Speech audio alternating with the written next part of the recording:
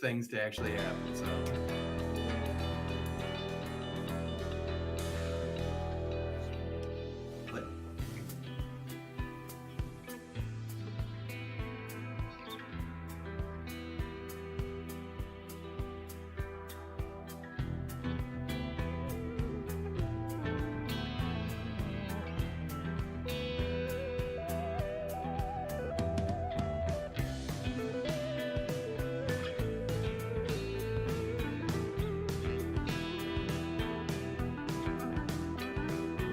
Let's see.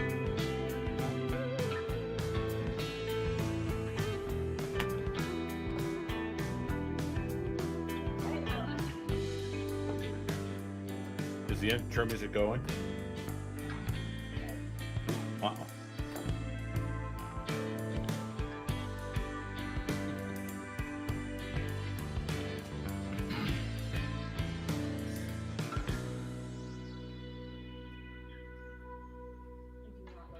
Should have had a hat. You can hear them talking over the intro music.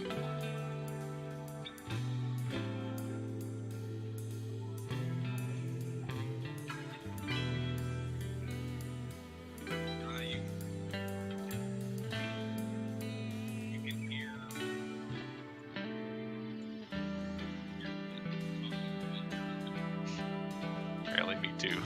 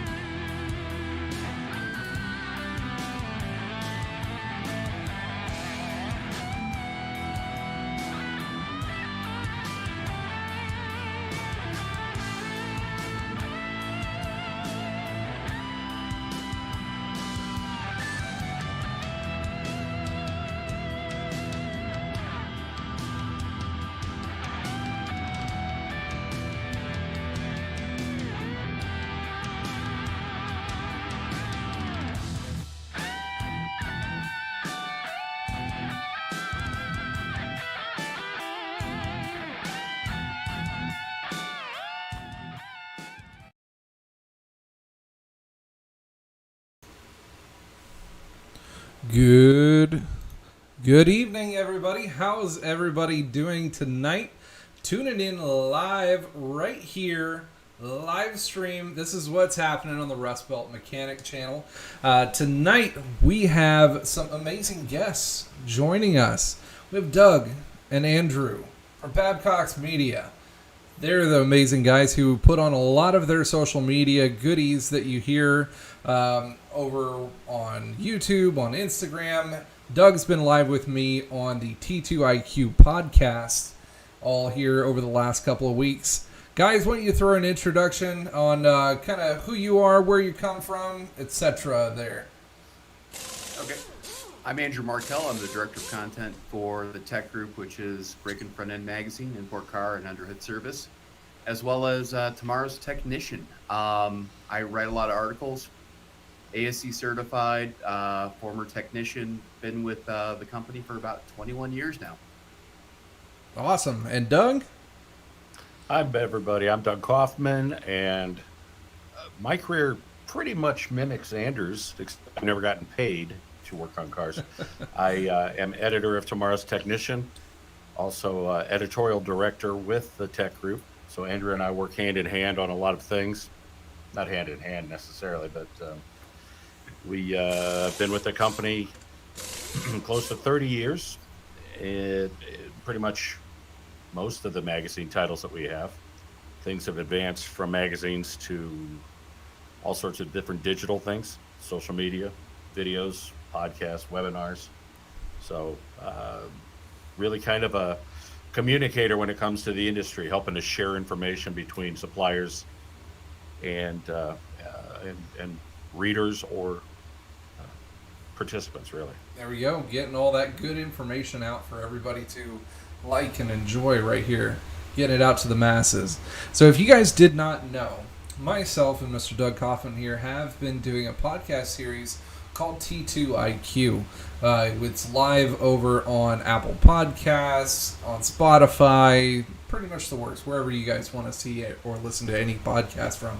It's a 10-part series that we've kind of recorded and gone live to, and it's, a good amount of informational questionnaire to help some of these newer technicians and or some of the older technicians kind of navigate their way through an automotive career or what there is going on within the automotive industry.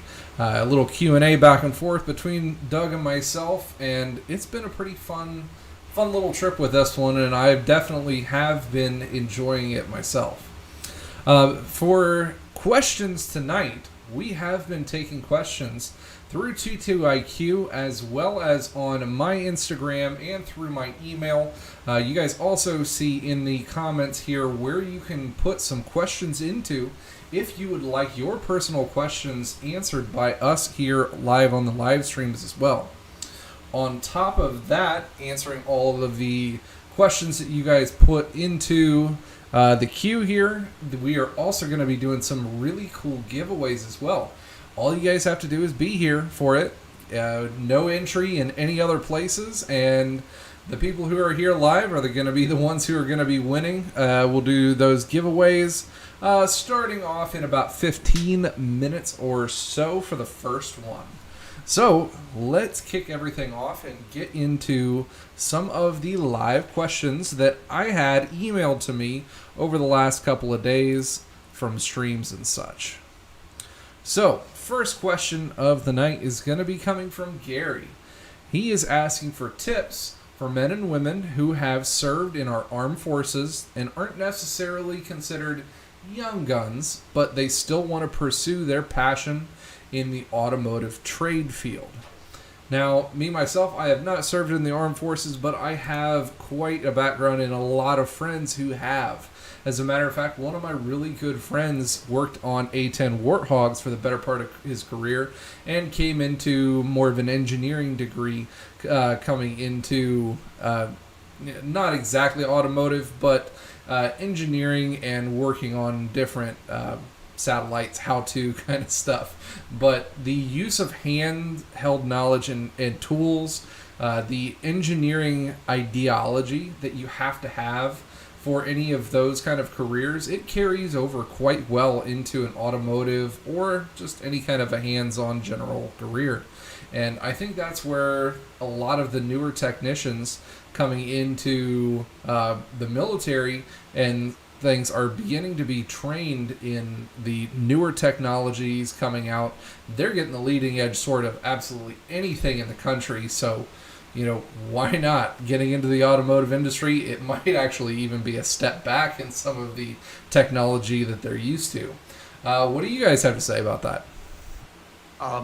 there's a lot of great programs out right now for a lot of veterans who are coming out of the service to not only be technicians and get hired at a lot of pretty exclusive chains like, let's say, Christian Brothers or a lot of dealerships, but they're even setting up programs for a lot of service people to eventually get out and open up their own franchises.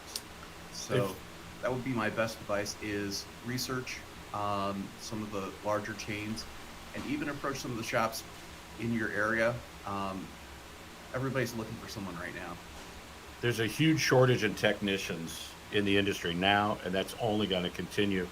A lot of techs have, for one reason or another, decided to go to different careers in some cases, and so shop owners are looking for people who are experienced, who are dedicated, passionate, capable of working with teams, and certainly in the military, you have a team aspect there. So there's a lot of good opportunities for vets these days. And use your GI Bill. I can't say that one enough. Definitely, the government is going to give you free money. Use that to the fullest extent. If you have the capability of using the GI Bill and having that as kind of a fallback and earning more degrees, more training, the more training that you get into, the better off you are getting started in your career. If you're able to hold off, I guess, working that full-time gig, the most training that you can get, that is definitely by far the best thing that you can do. And why not get it free? Free things are the best. There's a site called recruitmilitary.com that is designed for helping vets find their next careers. So I would say check that out as well. Sounds like some pretty good information there, that's for sure. All right, let us get into a second question here. Pull one up. Daniel actually has two questions, kind of runs from the same area to start off with. He said, there are no cost-effective or cheap enough automotive school options around where I live. At what point am I getting ripped off cost-wise for an automotive education? And is it necessary for me to go to school to be successful in an automotive career? Now, for the first point of that question on what is considered being ripped off, at what point do you consider that to be? That one is a very loaded question, and it's going to be started off by how much you plan to make, and that also ties into what kind of geographic or area of the country that you live in, what the cost of living is going to be, and how fast you can think that you might be able to pay those student loans back if you are getting student loans. Obviously, you need to look into any kind of student assistance first off, Pell Grants, tuition grants through the government, as well as local grants. There's a lot of local people who are looking to give away money for students who really want to get into blue-collar and hands-on career. As a matter of fact, last year I did a Rust Belt Mechanics scholarship, and unfortunately, the hardest part was finding the schools and the students to be able to take the money for that. So there are people out there that are wanting to give to students who are looking to get into the fields. You just kind of have to, throw your things out there and kind of get rolling onto, what you really want in your career. Now, as far as the second part of that question, is it necessary for me to go to school? It is not.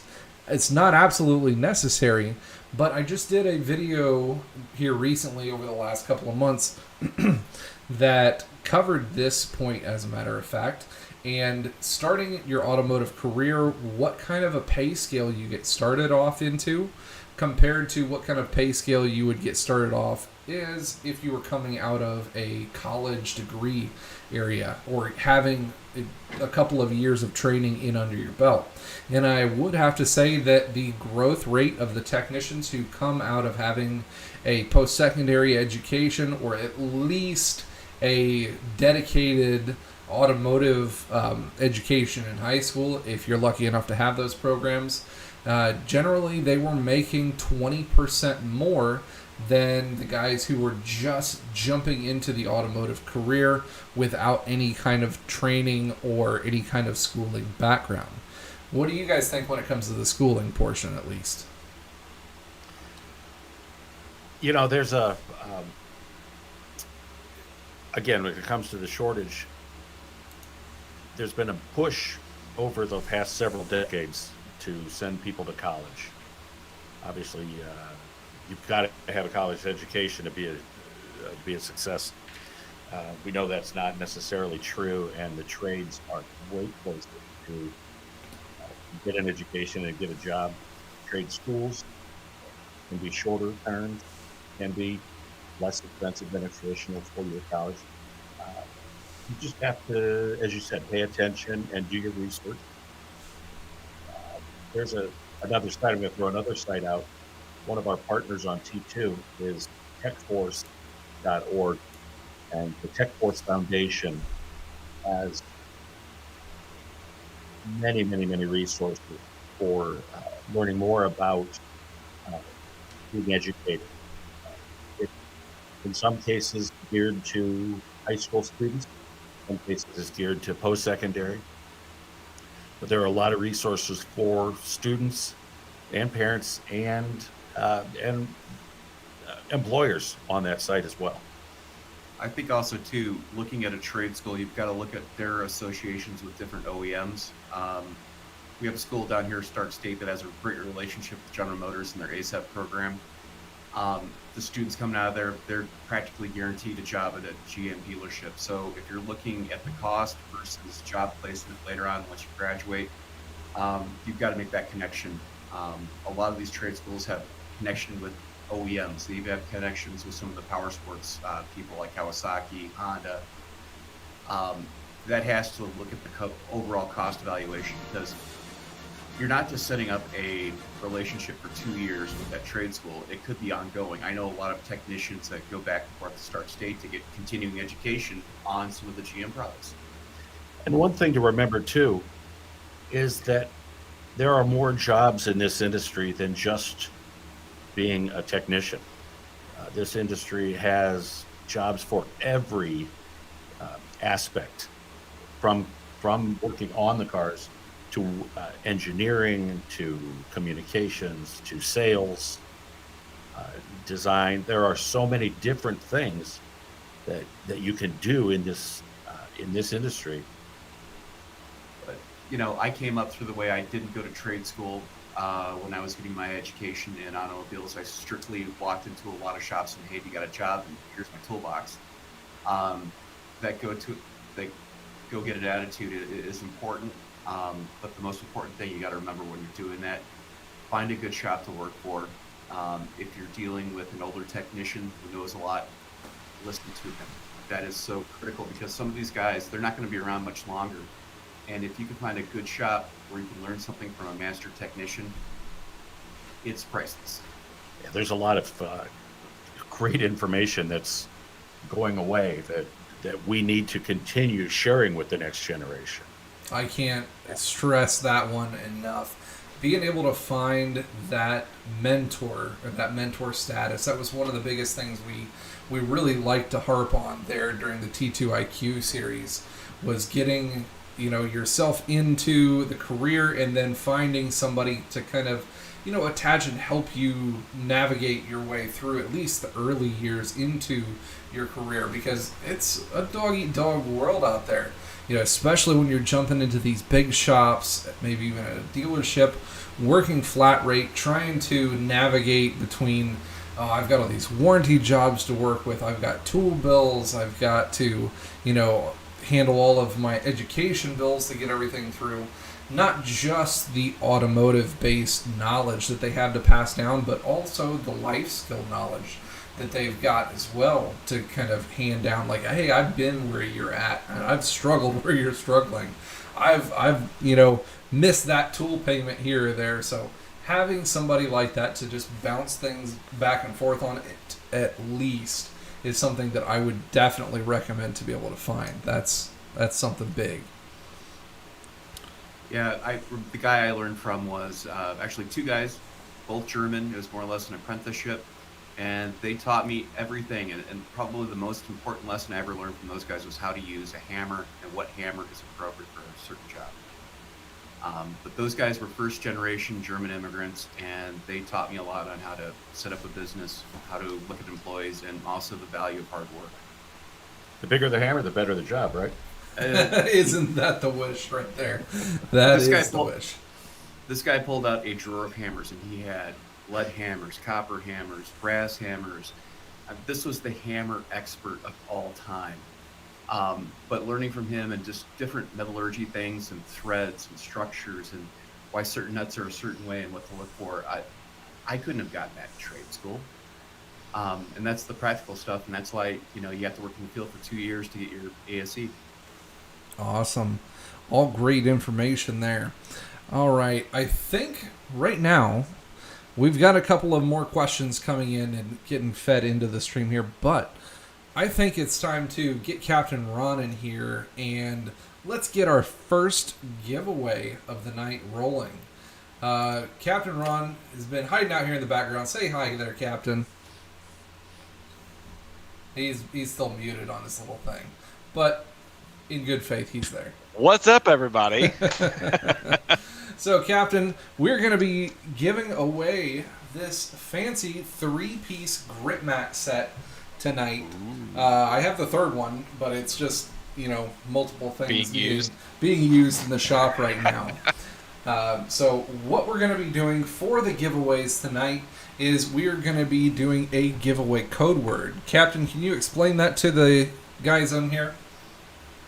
Yeah, so what we got going on is we have a bot. As you guys have seen, there's different scripts that are rolling every once in a while. You'll see me throwing a command in chat, exclamation point something.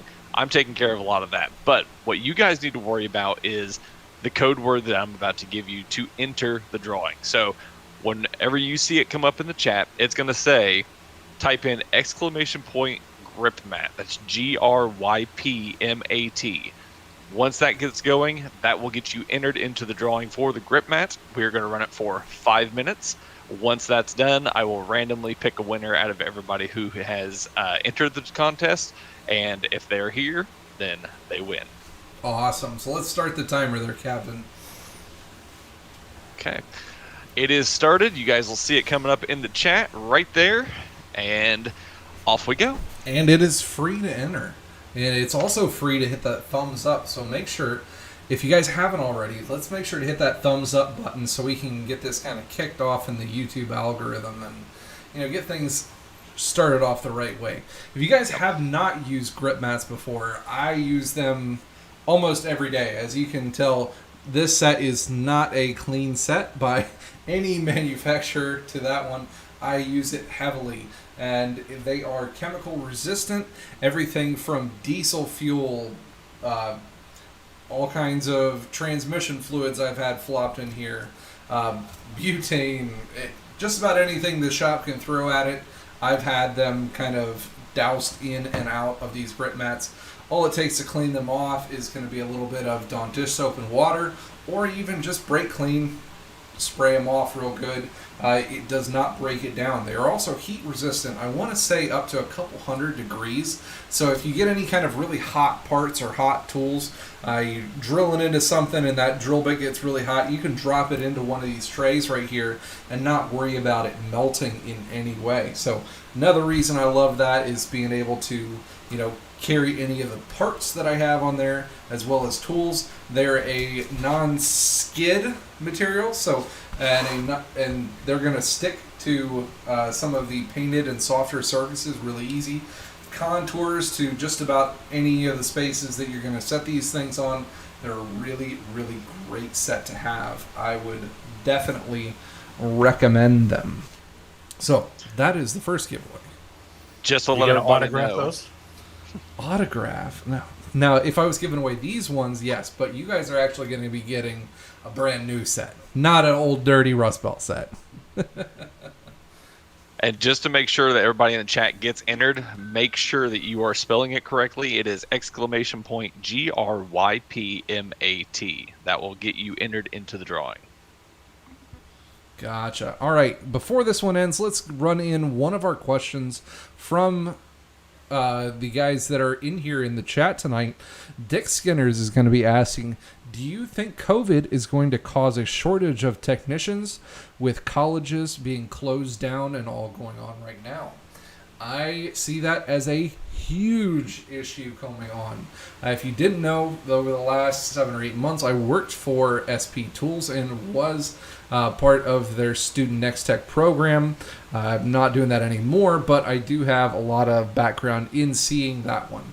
A lot of these schools you weren't able to get into, and the ones that the technicians were in, even in high school related areas back in 2019 and in through 2020, they wanted to rush these students in getting through their training and careers into just, hey, get through our program so you guys can pass. They just wanted to stamp your pass on there and that be it. So the amount that they were actually losing out on actual training was a massive amount. The high schoolers that were coming through the automotive program, they almost totally skipped out on the electrical diagnostic phase of things, which is usually the last portion before they go into graduation. So they can remember it the best, but they barely skimmed it at all. So I have a very bad feeling that the ones that are going to be coming into the automotive field are going to be heavily behind the curve when it comes to those things.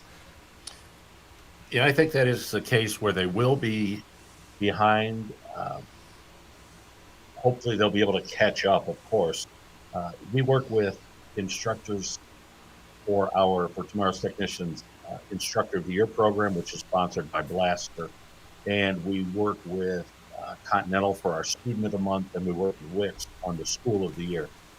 And all of the participants in those programs told us how over the last year they really had to work to connect with their students. And in a lot of cases, they really came up with some creative ways to do it. Our School of the Year winner educator was Jack Stowe out of North Kansas City Schools. He developed a program where he worked with guitars, and they learned some of the electrical wiring by doing guitar work. And he actually presented at NAMM, the music trade show, last week in Nashville, about how he incorporated those other unique teaching experiences into his program. And I think a lot of the instructors really did find other ways to engage their students, even though they were really up against the 8 ball to get the kids active. They did everything they could to keep them engaged. It is a very hard, even in a normal atmosphere, to get them engaged. That's hard at that level. Well, guys, the first giveaway time clock has run up for you guys to enter into the Grip Mat giveaway. Captain, let's get us a winner announced here for this Grip Mat Pro set. And the winner of the Grip Mat set is Brad Barnett. Brad Barnett, who is live in here. I just saw him. Brad, I want to make sure that you get your amazing Grip Mat Pro 3-pack set. So, with that one, I need you to email me your information or message me over on Instagram. Email, again, is going to be therustbeltmechanic@gmail.com. We will get everything shipped to you. Brand new set, my old dirty set sitting here. So congratulations, Brad, on that win, buddy. All right. Yes, congratulations.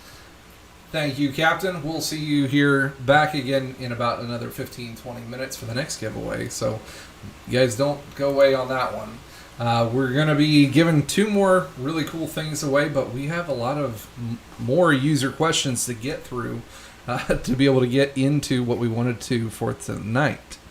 So, next question coming from the stream is going to be from our very own Salt Master, the Everyday Fleet Tech. If you guys don't know him, he is also here on YouTube. Awesome, great guy. I like talking to him. I like hearing the blatant obviousness to a lot of his YouTube content that he puts forward. So he had a question. With the current shortage of technicians, what do you believe a shop needs to do in order to attract good techs from other shops? So that is a really good question, because that is something that our current shop that I work in right now at the dealership actually has been going through since I left last September and then ended up coming back. They weren't hardly able to get anybody into the doors to at least apply.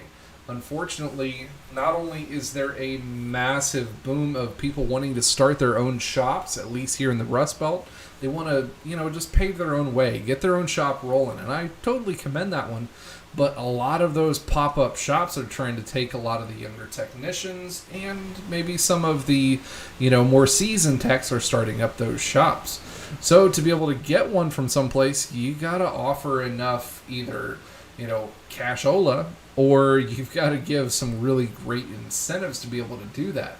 Now, not only are you competing for these technicians and everything in the automotive field, but you've also got to compete with, one, the government.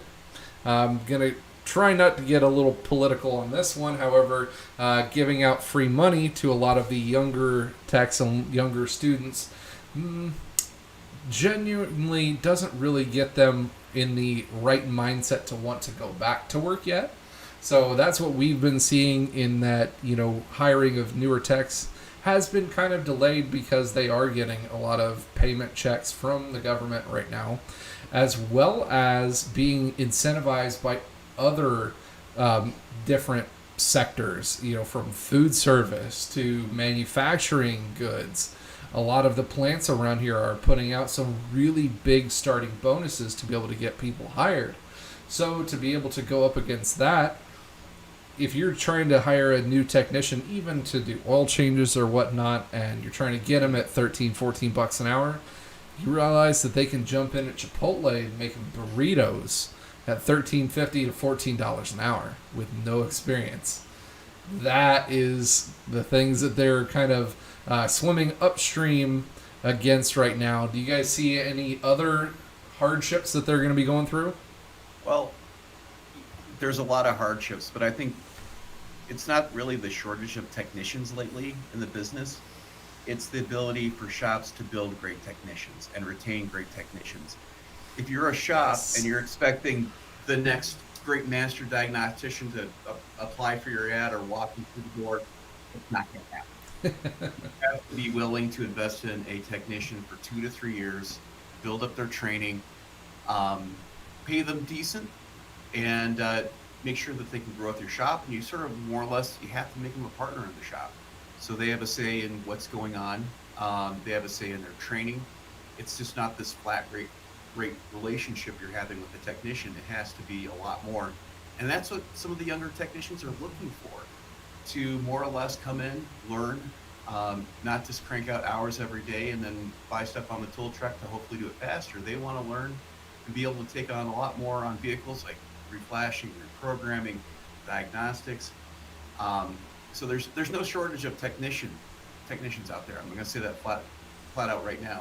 I'm going to say it's a lack of shops and also dealers and some trade schools even to build great technicians. Sometimes the shops that are, or the technicians that are available are the legends in their own minds. They're the ones who decide that they're the best guys in the world, and they're going to look for the next opportunity. And they may be another shop's problem that shops don't necessarily want to have to pick up. Yeah, we're right now in the process at Babcock's Media of hiring a content producer. We have our own garage here, and I would almost call it diagnostic ego. It's not that they're fixing the car. They're fixing the car, trying to fix it with their ego. Well, I did this, and I used this test lead, and I used that. It's like, come on, fix the car, or tell me how you fixed it, or at least show us how to do it. That is the hardest part. And a lot of times, even if guys are good enough to be able to do the fixing, actually getting them to say that, they're not going to be mentor status. I'm going to say that one. They aren't able to put that forward into a an easier form of knowledge for somebody who's just coming into or just learning that to be able to grasp that themselves. It's hard finding somebody who's both good at what they do and able to pass on that information in a good, format for somebody to understand.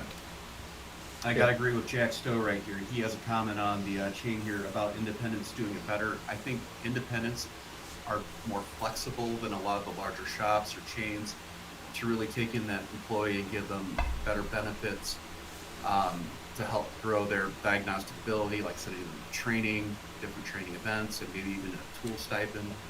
Yeah, this isn't the 80s and 90s where the dealerships had a bigger hand up because they were, these big dealerships. We have, all of this to offer. We've got a bigger background. We can give a better 401k or this or that. No, the day of the tech and the internet is happening right now. There's all kind of different conglomerates to be able to get into for these little shops to be able to offer really good insurance for their people and for training to be able to get them independent training online is another really big and really great selling aspect for some of the techs. One of the biggest questions that I always tell people when they're guys who are coming into the field, hey, they're asking what kind of questions should I ask? What should I expect in an interview?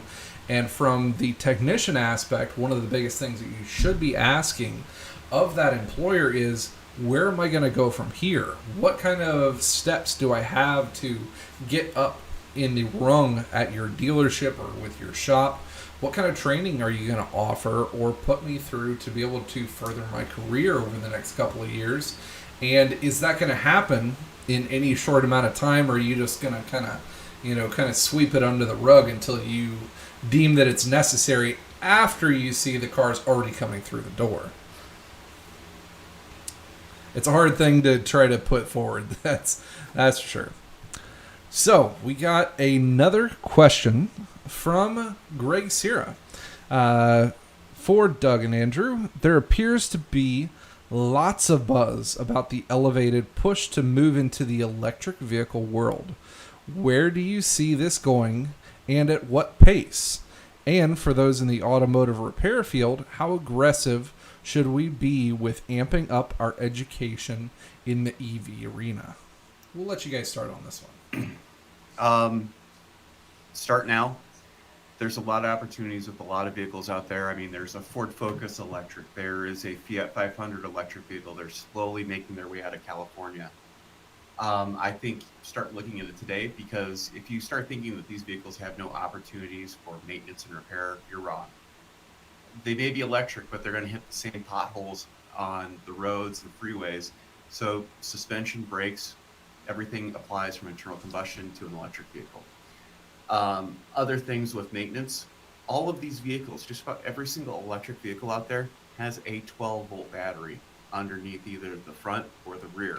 And that usually runs a lot of the architecture, like, let's say, lights, parking brake, ABS. So that's another opportunity you can't ignore. The other opportunity in there is coolant. All of these electric vehicles, they have coolant to cool the batteries, and they also have HVAC systems that are using R134 or 1234.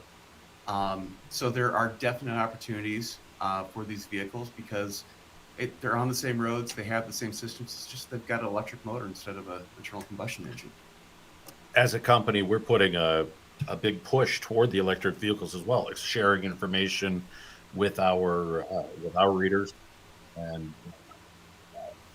there's so much changing on a daily basis, I think, with the electric vehicles, and it may feel like in some parts of the country it's never going to get to you, up in the Northeast, perhaps, or some places where electric vehicles haven't made a lot of inroads yet. They're coming, as Andrew said. They're coming. And a lot of the parts, they apply over to different vehicles. In terms of wheel bearings, brake pads, there's a lot of manufacturers out there. I was going through the ECA catalog for wheel bearings, and they have probably 95% coverage of all the EVs on the road. Don't quote me on that, Pat. Sorry. Guessing. But we're looking at this also from a business perspective and also a service perspective. And we have the Buzz newsletter that is coming out, and um, along with aftermarket news. Lots of the aftermarket world is definitely getting into the EV world, or at least trying to kick off into it. There's so much more new technology that's arising that's not just EV in the way of ADAS systems, global connectivity between different vehicles and all their markets. Automated driving systems are going to be the next wave of the future as well. Keeping up on these technologies and the new systems that are coming forward is going to be a huge thing that if you get behind in any point, even as an independent automotive shop, you're going to fall behind really, really quickly. I'd say probably here within the next 5 years or so. I watch a YouTube channel on here on YouTube called Veritasium. Huge channel, great guy, does a lot of really in-depth diving into different fields and all. And this last week he actually did an episode on automated driving systems, and they did a poll asking all of his subscribers, in what format do you see automated driving and EV driving coming to the forefront, being the number one seller in the country? And many people were thinking, we're, probably 10 or so years out for that to actually happen. I'm just here to let you know that it's knocking on the door, and it's here right now for that. And he proved that on his video. He actually jumped in with a company called, I believe it was Wemo, down in near Phoenix, Arizona. They are having automated driving services, automated taxi services that are live on public roads happening right now. They are fully certified to be able to do so in certain areas, and that's going to be doing nothing but exploding and booming, because that's a huge market that has not yet been really kind of delved into across the entire U.S. So a lot of these big startups are going to be coming into the EV and into the automated driving market just for that part alone. Look how your food delivery services have exploded over the last year or so. I can see that happening with the automated driving solutions and taxi services here, especially in bigger cities, over the next 1 to 2 years, would be my guess. My prediction, alignment is going to be becoming a leading service. For electric vehicles, I mean, if you have an alignment rack right now, go out there, put the banner across your shop that says range increasing alignment and service. And also with a lot of these automatic driving systems, that alignment, instead of just a $99 alignment where you're doing a four-wheel alignment, you're also doing a steering angle sensor relearn. You could also be adjusting the camera and the radar sensors at the same time. So there's a lot of great opportunities for the independent aftermarket and also the dealers too. It's the integration process. Everything works together. You can't, a collision repair shop can't just fix the body. The undercar guy can't just put the shocks on. If the camera's not working right and all of the alignment systems aren't in sync, that car's not going to know where it is going down the road. And so it's more important than ever that the integration process is understood. It is. And McBake brings up a really good deal that right up here in the Northeast and the Rust Belt, it's prime for EV mechanics. We deal with already the Rust Belt, salt conditions, getting into harnesses already. How do you think that's going to play in high voltage arenas?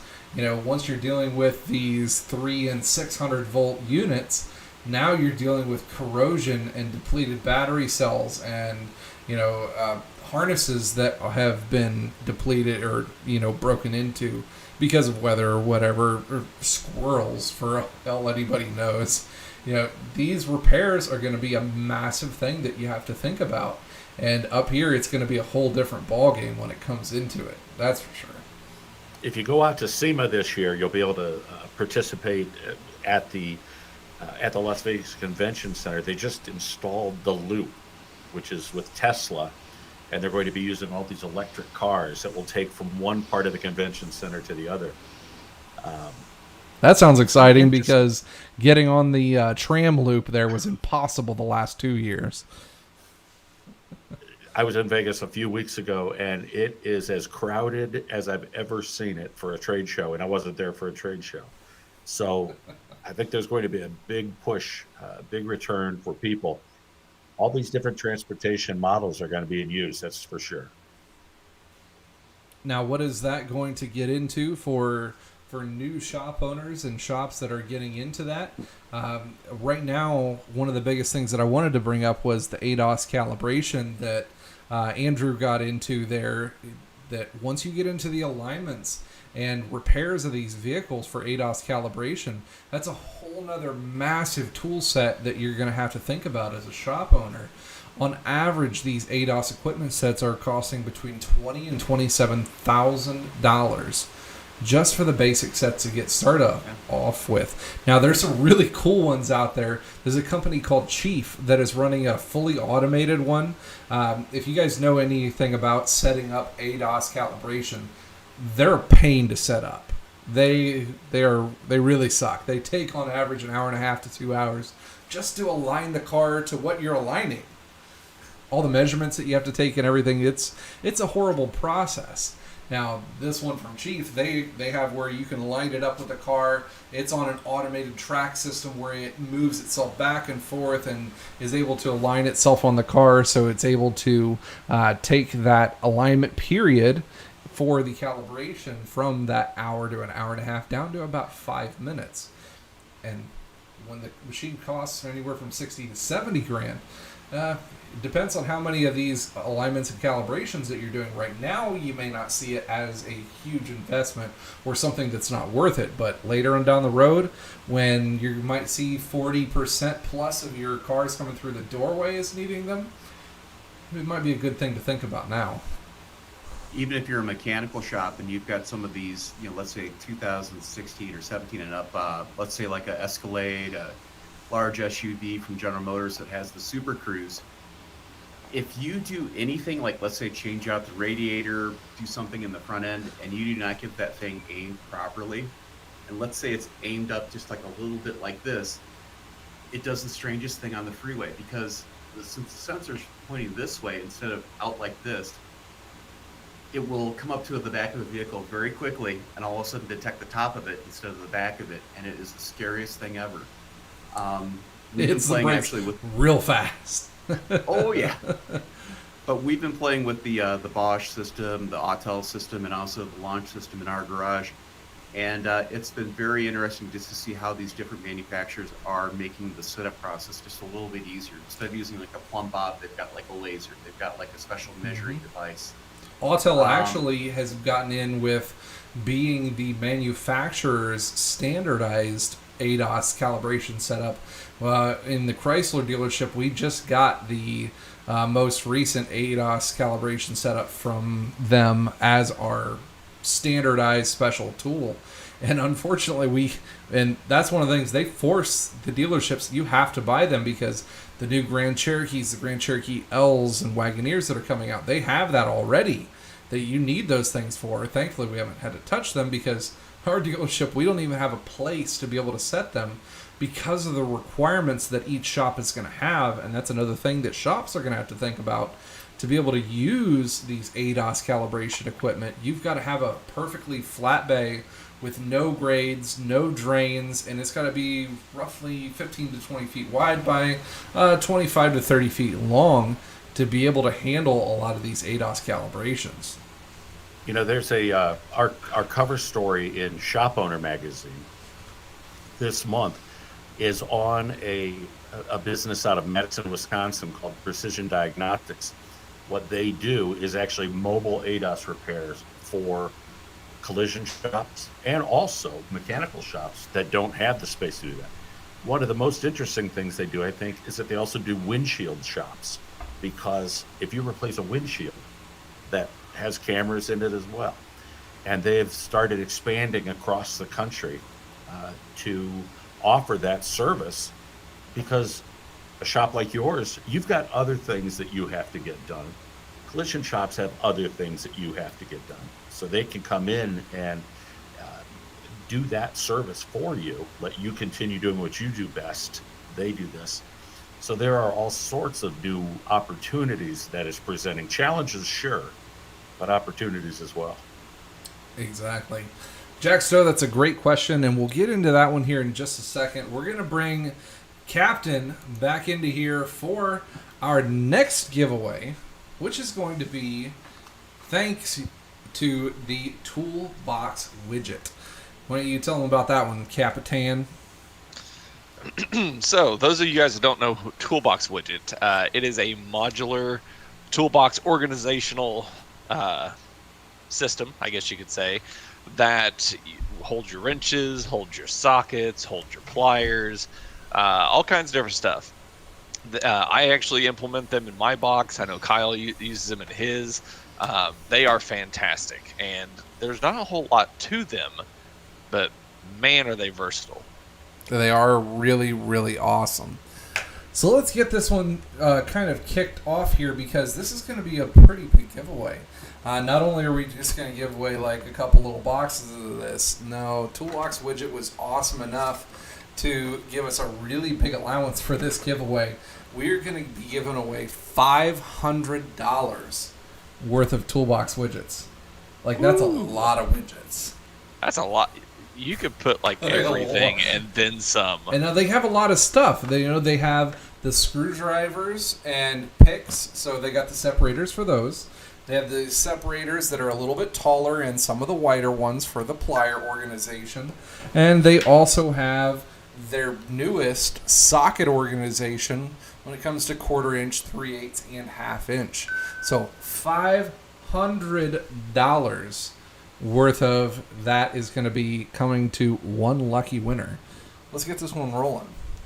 All right, open giveaway has started. So once you guys see it in the chat, make sure you type in !widget. That's WIDGET.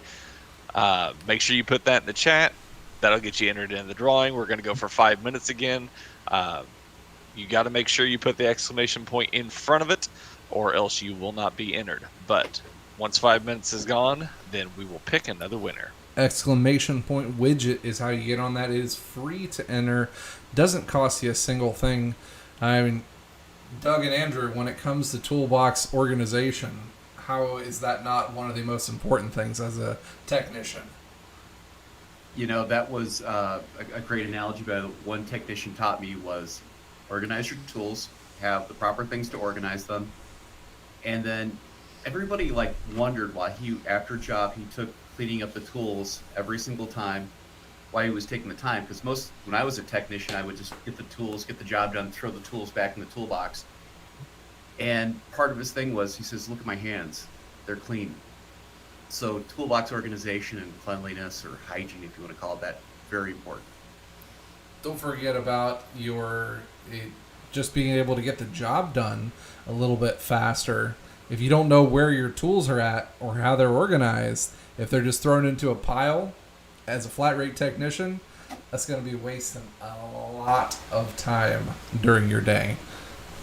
I liked your one video where you had the guy with the bucket of tools. That was kind of funny. He literally had a bucket of tools. Everybody thinks that, oh no, that's just something that he said on there. No, it literally was just a bucket of tools. Pretty sure that was a comment on like one of my first videos. It really was. I will admit that's quite a few of my tools at home. Nice. But like I said, I don't get paid to work on cars. So.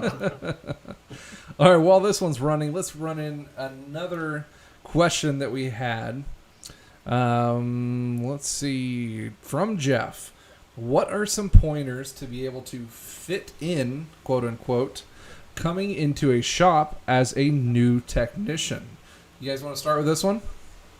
I'll start with that one because I've been there before.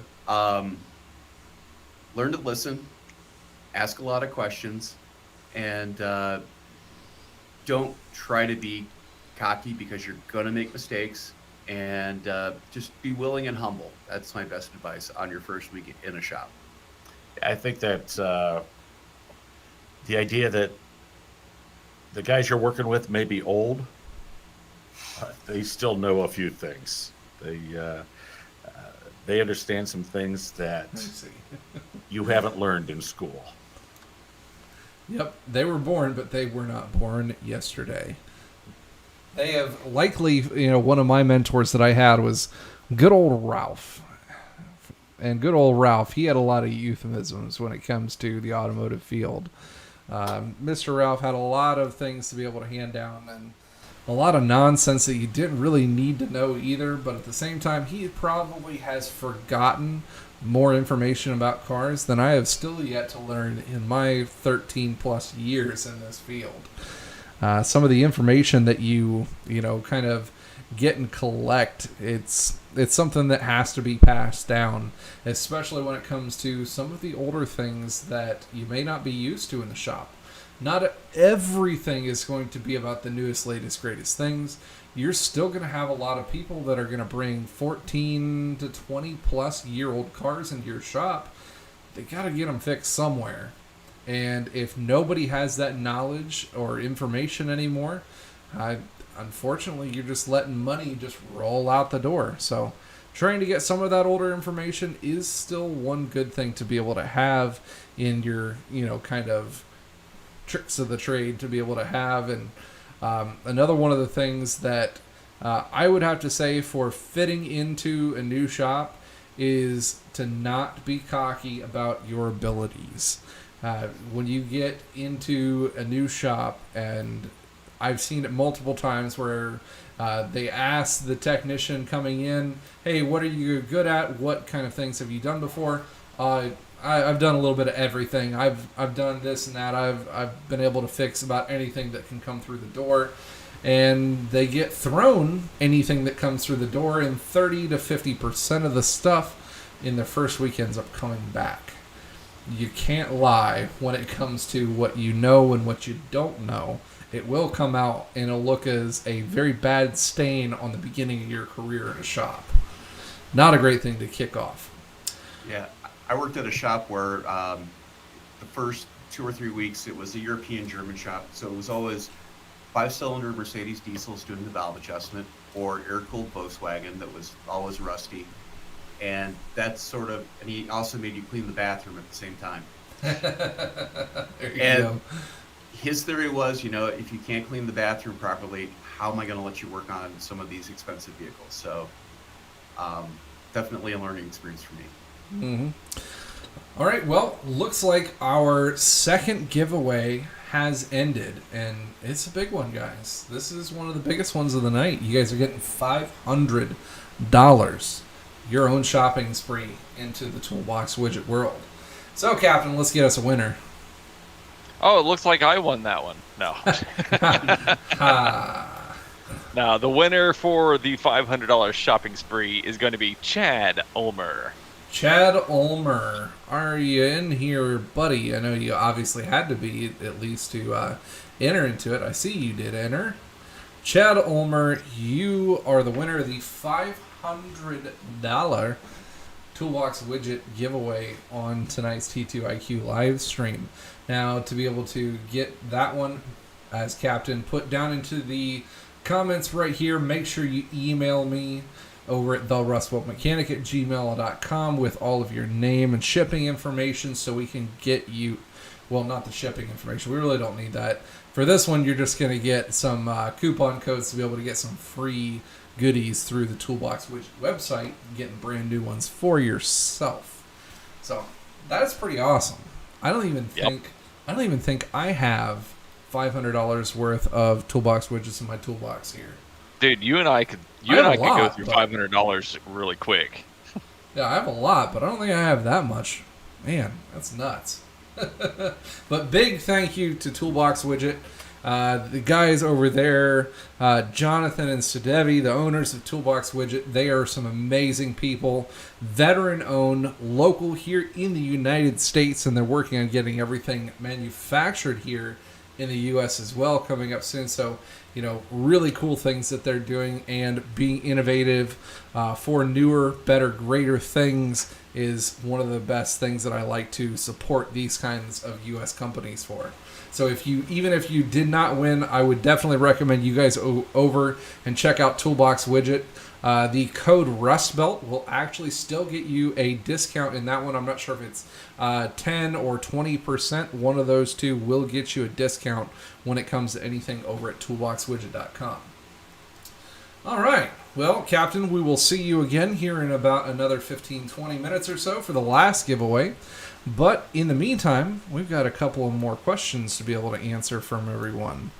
Let's go with a question from Colin. He was asking a continuation on our ADAS stuff. Since we're kind of on that train, he thinks, do we think that we will start seeing shops specialize in performing just ADAS repair calibrations in the near future? Yeah, I think that's a case, as we said.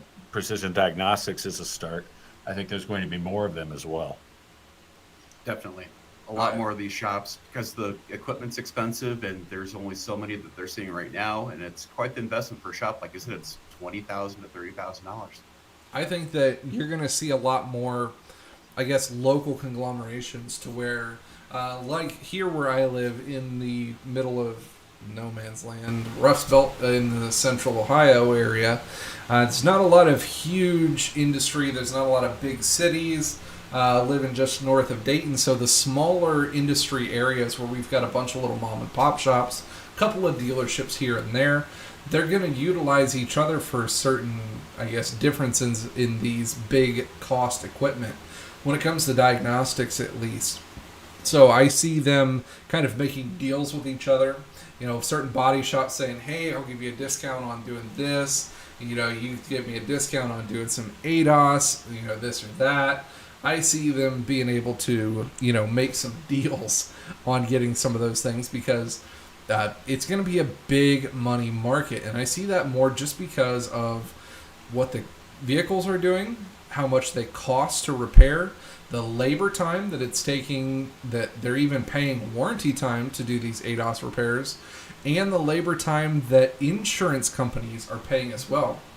When you're talking about body shops, insurance companies, they pay out a lot of money, a lot of big money to shops who are able to get the job done and not have issues with these cars down the road, because it's a big liability for their insurance down the road.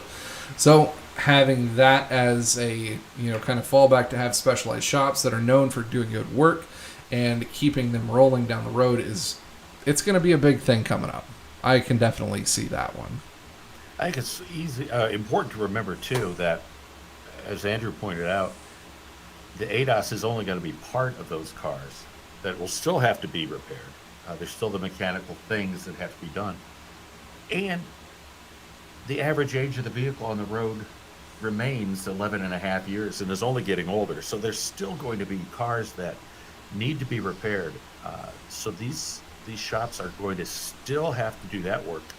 So to find a resource that they can utilize to do that ADAS stuff for them is only going to help them be successful. Mm-hmm. Another specialty I see happening in the future is guys reflashing, reprogramming, updating modules.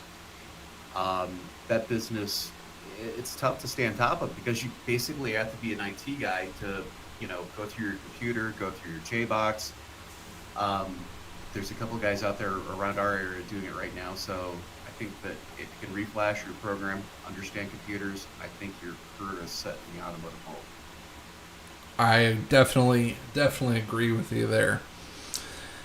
Now, one of the other biggest hiccups that I think the automotive world has right now is kind of what we're leading into for the next question from Dick Skinner again. He's wanting to ask about the issues with part shortages. Do we think that the issues that they're having with having lack of parts, no parts, wrong parts, or cheaper parts being made, do you think that will force new industry coming into the United States instead of looking at cheaper things overseas? I personally think that that is a growing trend that is going to be happening nationwide here in the United States, regardless of being automotive or not. The pandemic opened a lot of people's eyes when it comes to supply and demand of what makes their industry tick and roll on down the road.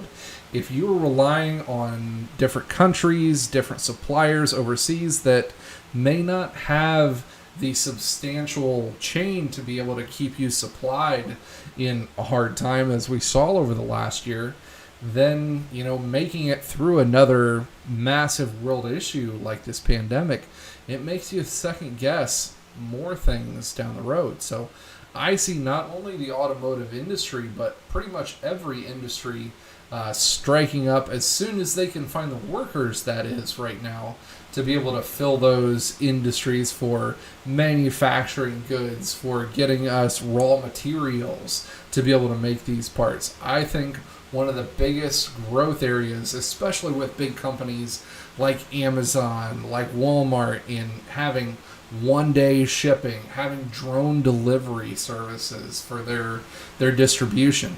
If they're able to bring the distribution costs down with all of these parts in manufacturing, that's going to bring the total manufacturing process and final sale value to the customer down drastically, and obviously bring more money into the industry. What do you guys think? I think you're right. Manufacturing will start getting closer to home. I think we're going to get better manufacturing techniques like 3D printing some of the auto parts. But it's scary right now. Honestly, a lot of my stuff that I'm waiting for, I know that one thing I'm waiting for is actually on a boat in Long Beach waiting to be unloaded. And it's been out there waiting to be unloaded for about 2 months, a racing seat. Oh, man. So I think that's a big issue. Making sure also the part quality is there too. It's happening everywhere, and we weren't set up to do this. I would say probably about 08, 09 when we had that first Great Recession. A lot of the parts manufacturers rethought their entire inventory. They weren't going to sit on a part that would turn for a couple of years. They thinned out their inventory, and we're kind of feeling the results right now that their inventory's gone, and we're just waiting forever for stuff, it seems like. The chip shortage is. Your son? My son has been waiting for. My son's been waiting for a transmission control module for his car for 2 months. The dealer is paying us to drive a rental car because they can't get the part. That is plaguing not just any single manufacturer, but the chip shortage. You can't buy a brand new Ford right now. Did you see where all the Fords are being piled up at the Kentucky Motor Speedway? Yeah. Thousands and thousands of vehicles that just don't have ECUs in them. Fully manufactured, ready to go, 20,000 vehicles just sitting there. Can't do anything with them. It's painful. It's funny too, in Europe, Peugeot was actually redoing their speedometer and odometer mechanically instead of electronically because they couldn't find the chips. Maybe we will be able to work on our cars again in the driveway or under the shade tree. To be able to get them out down the road, I'm sure that they will come with some kind of thing to get them, whether they're going to retrofit old parts into new parts, whatever it might be. But what's happening right now cannot continue. Even in the everyday market right now with the dealership, the part shortage has gotten to a point where it is degrading businesses massively. Customers are getting back into the swing of things. They're starting to make money back with all of their jobs, getting things rolling, and they're wanting to spend money again, and spending money on new rides or upgrading or just plain fixing the cars that they have is a really big thing. I know that right now I have approximately 12 repair orders hanging in a slot up in our parts department just waiting on parts. Now, originally, some of those parts, we would quote them and they would come back and say, oh, it looks like you're going to be 2 to 3 days out. The distribution, we'll say, is not very forthcoming or knowledgeable when they are distributing these parts or where they may be at. So that 2 to 3 days may turn into 5 to 7 days, or maybe even greater than 45 days is what they're quoting parts at right now.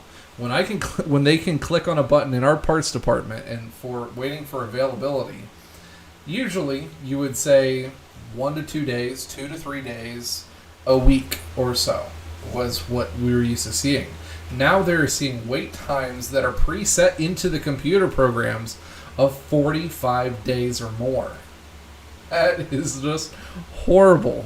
I know we've been waiting on a Cummins engine controller for a 2010 Cummins that I was working on for the better part of 5 weeks now. This is a guy's business.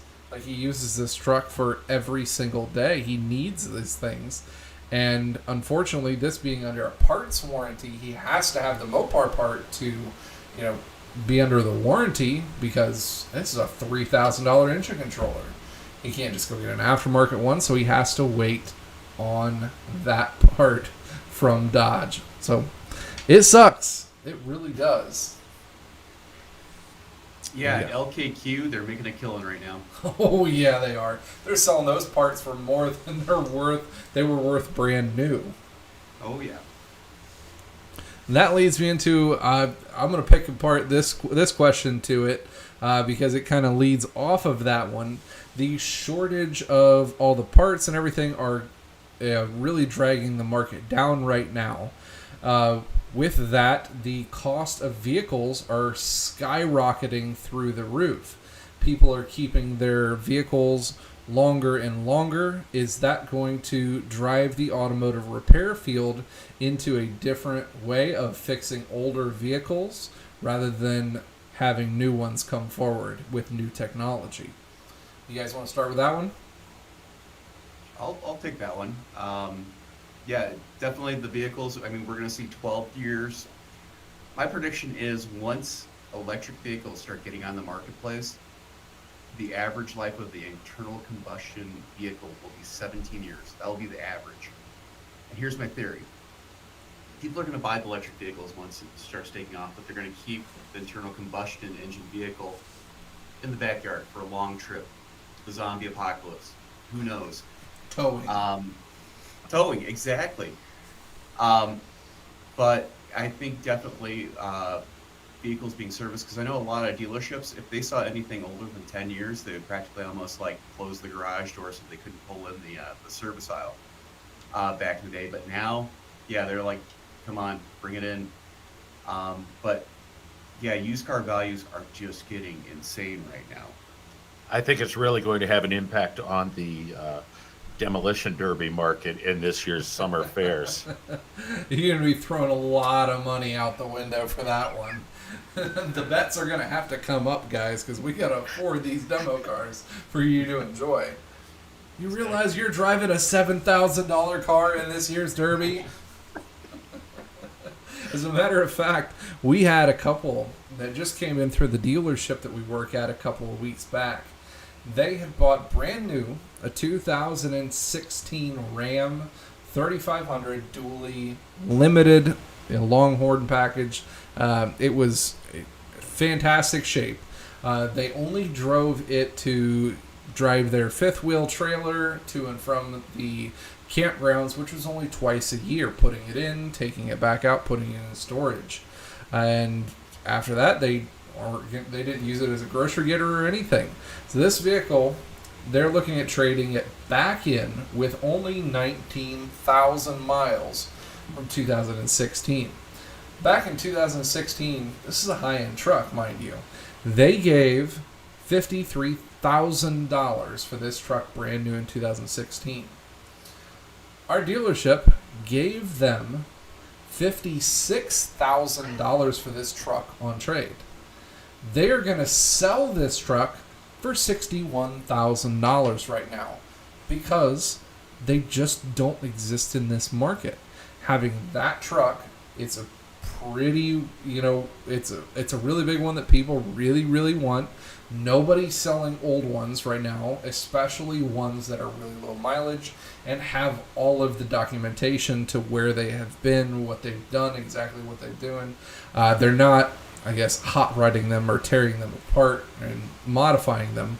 So these gold mine vehicles like that are highly sought after, and they're often bringing more money than what they even sold for originally. I think that's happened in a lot of cases. You don't see used cars sitting on the side of the road anymore, or in a yard anymore. They're selling. Everybody's buying whatever they can find. It's just like houses. It's funny. Auto Success, our one publication, has a advertiser. It has this little piece of software that goes on the service aisle for the service writers thing. It automatically, as a car comes through, they get the VIN number, they know what it is, they assume the value, and it sends a email to the sales department, and they try to buy the car if it's a certain make, model, package. To say, hey, we can get you in a brand new car today. Hey, we'll take your car in on trade today. But yeah, the valuation of anything coming from the service aisle, lots of dealers are doing it. Anything to get those in. And I just did another video on why you should not sell your used truck in this market right now. Yes, the temptation is massive, and if you can afford to not have that truck and not have that to be able to work and do whatever you're used to it doing over the last, however many years, and right now is the time to do it. It definitely is. But if there's that reason that you still need a truck, you're like, yeah, I might be able to sell my 2010 Dodge or 2010 Chevy truck for $30,000 plus dollars. What kind of a truck are you going to purchase after that?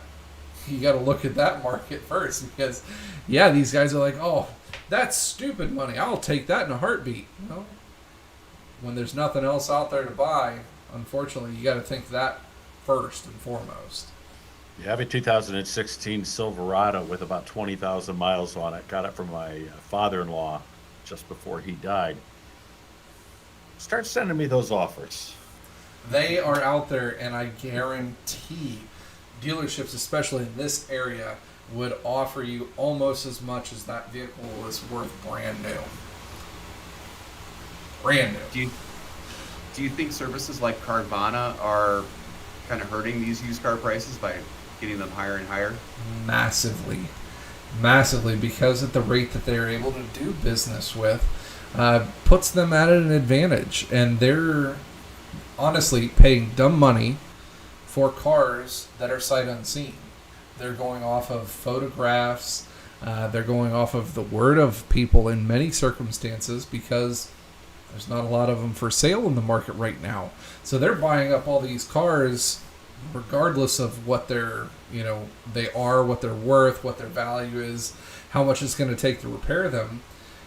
Some of them they win on, some of them they lose on. They try to take advantage of, people who are in a pinch and need to get the vehicle gone quick, because they offer, hey, well, we can send somebody out to pick this vehicle up in the next 12 hours for you, and we will direct deposit X amount of $1,000 of cash directly into whatever account that you want, or we'll send you a certified check with the driver.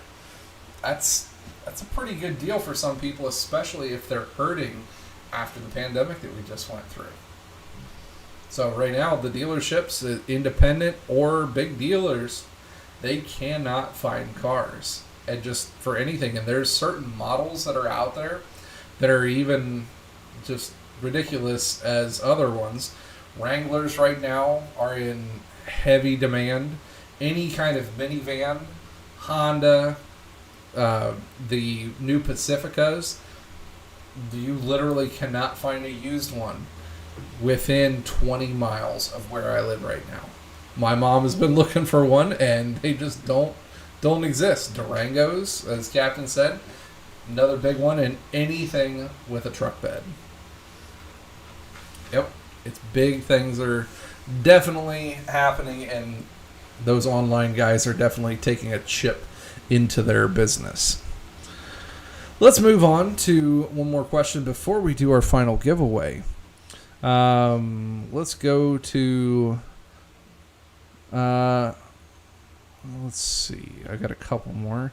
Jose said, I am just getting out of school and want to go where the money is. I'm not tied down to any certain area. What parts of the country are best for making money in the automotive repair field, or what kind of training should I get to make the most money? You guys want to start there too?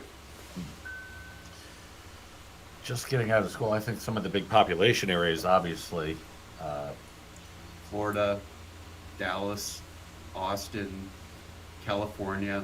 The bigger the city, typically, the more you're going to get paid salary-wise or flat hour rate. But you also have to take into the component of the cost of living where you're going to go. Because a shop in, let's say, Miami may pay $25 an hour, maybe more than that. But it's going to cost you a lot more to live there. So, look for the best balance between the two cost of living and overall wages, and go from there. I'd suggest going back to techforce.org, the TechForce Foundation. They've got a lot of resources on finding that next opportunity, and they work with shops, and they work with tools to help determine where those key locations could be. One of the other things that I would recommend kind of bringing to the attention would be your background and what kind of help you have in that area. Yes, you may not have any kind of family in the area. However, if you're looking on doing training or you're looking at getting into any kind of schooling, if you have somebody or somewhere that you're able to get, I guess, cheaper housing, affordable housing while you get that training done early on in your career, I'm still going to recommend that you look into the most cost-effective training source right off the bat. You may be right out of high school. However, if you're looking to get trained in the automotive field through a local tech college or maybe even one of the bigger tech schools, it's going to be some big cost if you don't have a whole lot of financial aid when it comes to getting into that. So look into some place where you might be able to get an affordable place to stay so you don't go into too much debt right off in your career. All right. Well, Captain, let's bring you back in for the third and final giveaway. Right now, we're going to be doing the third and final giveaway, and what are we giving away? Milwaukee Tools, baby. That's right. Milwaukee Tools was awesome enough to give us a really badass kit. Their new brushless Milwaukee Fuel stubby 1/2 inch M12 impact. This thing packs a wallop, and I use this thing literally every single day, and it was at the top of the list of my top tools that I just can't live without at the dealership. So, what do you think about it, Captain? I don't have the stubby version of that, but I have the regular. Well, I take that back. I've got two versions of the Milwaukee 1/2 inch impact. I've got the, excuse me, the big heavy mamma jamma that Kyle was willing or nice enough to give me for a graduation gift, and that thing will rip anything off almost just like anything else. But the downside of it is that you use it every single day and it's heavy. It is a lot of wear on your arms. So where the stubby comes in. Well, that's why I didn't get the stubby, but I've got the smaller 1/2 inch impact, and I use that thing every single day and have to chase it all over the shop because Chris, our intern, likes to steal it from me. So, so yeah, I love the thing. I can't say anything bad about it. It is a awesome piece of equipment. Those two impacts themselves actually took me away from using my air impacts pretty much altogether. Awesome. All right, so let's get this thing rolling. What kind of entry word are we looking for this one, Captain? All right, so just like the last two entries we did, we have a 5-minute timer on this one. The keyword is going to be Milwaukee, MILWAUKEE, and this is going to be for, as Kyle said, the M12 1/2 inch stubby impact along with a charger and 2 batteries. So I'm going to go ahead and open up that giveaway right now, and you guys have 5 minutes to get entered. That's right. And this impact is one of the newer things that I picked up in the half-inch version. They have both the 3/8 and half-inch versions, both of them coming in at a whopping 250 foot-pounds of force. Now, when it comes to any kind of impacts, you know that as an automotive tech, you're carrying around these things all day long. And they get cumbersome. You're taking wheels on and off, and when these bigger impacts, or even the mid-torque impacts, are weighing anywhere from 5 to 9.5 pounds. You think that's not a lot, but lugging it around all day long, it really gets cumbersome. So when you're talking about these M12s here, you're coming in at under 4 pounds total with the battery. So that's pretty awesome to be able to say, and the depth on them is right at or just right around 3.5 to 4 inches as well. So they're able to fit into any space that you really need it to. They have 3 different torque settings here that are selectable. They have the 1, 2, and 3, as well as the bolt start function.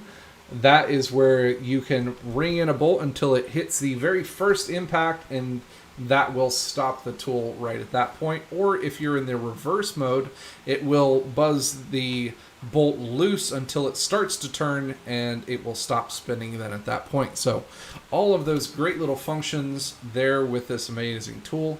One of the other cool upgrades that I would say that I would recommend is to jump up to the XC 6.0 lithium batteries with it. It does make a difference when you're using these tools. And at 250 foot-pounds, for most technicians, this is going to take up just about anything that you need it for. I even use it on heavy-duty wheels and tires, Ram 4500s, putting them on and off.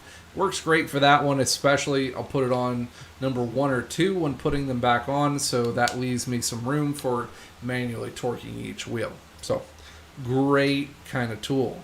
Now, You know, you talk about the new technology that we've been talking about, all that new technology that's coming. When you think about battery technology like that, that is able to make you go away from using air tools, some of the tool technology is just incredible that's coming out. it really is. And the battery technology is one of the biggest, most booming things in the tool market right now. Being able to get so many amp hours out of these tiny, like I said, this isn't even an 18 volt battery. Some of the 18 volt batteries that they're running are 12.0 batteries, and those are just ridiculous. But being able to get that kind of a power out of a 12 volt, that's pretty awesome. They worked out really well for me, especially when I'm trying to steal converters off cars. So didn't hear that.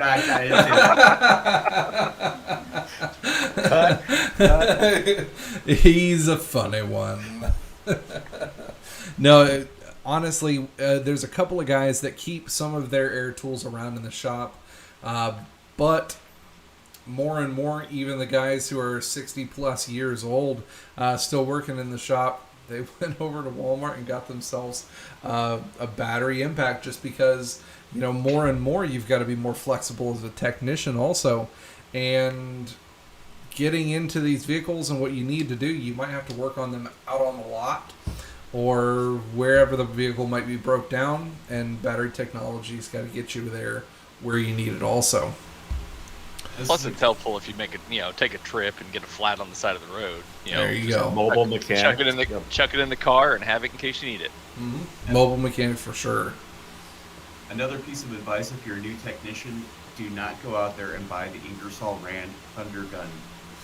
The ones that they use for the NASCAR pit stops. You do not need that. And it's the most annoying thing in the shop, because you just hear that whistle over the shop with that gun going off, and it's like, you're just working on a rusty pickup truck. Come on. That's You do it in 7 seconds. So. Oh yeah, and that's where when I do a lot of these tool reviews, I always say, yes, having that biggest, baddest gun in the shop is cool in some of the circumstances, but when this little guy can get pretty much 90% of the jobs done within everything that I do during the day, Why do I want to lug something around that is 10 plus pounds? I don't. I'm a wuss when it comes to that. So that's why I like these micro impacts. I guess they're going to fit themselves into the tool market there. So yeah. All right. Well, looks like the entries have stopped for our final giveaway. Captain, let's get us a final winner for the Milwaukee giveaway. All right. Drum roll, please. Are we going to allow duplicate winners? I'm sorry, we are not allowing duplicate winners for this one. Chad, I'm sorry on that one. He won already, so we are going to draw again. Okay, so second time around, the winner is. Hang on. There we go. For whatever reason, it picked his name again as a winner. So the bot really wants him to win. But unfortunately, since he can't, the winner is going to be Grease E Monkey. Grease E Monkey, you are the winner of the Milwaukee M12 giveaway. Congratulations on that one. Glad to see some tools going out to some great techs along in here. I know Grease Monkey, he comments on a lot of the videos in here. Good tech in there, so glad to see these things going to some good techs out there. So congratulations to all of our winners tonight. We gave away some really great products, and big thank you to all of our different sponsored for these items, Milwaukee Tools, and giving that great impact away. Grip Mat for giving the opportunity to give some of their great Pro Series mats away, and to the Toolbox Widgets for giving us a $500 giveaway for their tools as well. Well, guys, I think we're at the hour-and-a-half mark, and I think we got through some really good content tonight. Do you guys think so? Great stuff. Yeah, thanks for having us. Thank you. It was a lot of fun.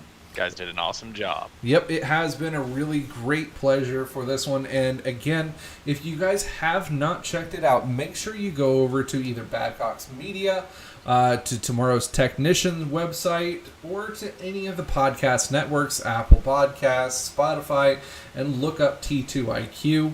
We put some great information out there, and I'm really hoping that we kind of build on this whole series as well. I'm open to taking pretty much any kind of new questions or advice that you guys might have for these live streams. I really enjoyed doing them and getting on here and enjoying doing live streams with a lot of the subscribers here with the Tomorrow's Technician guys, all the different networks.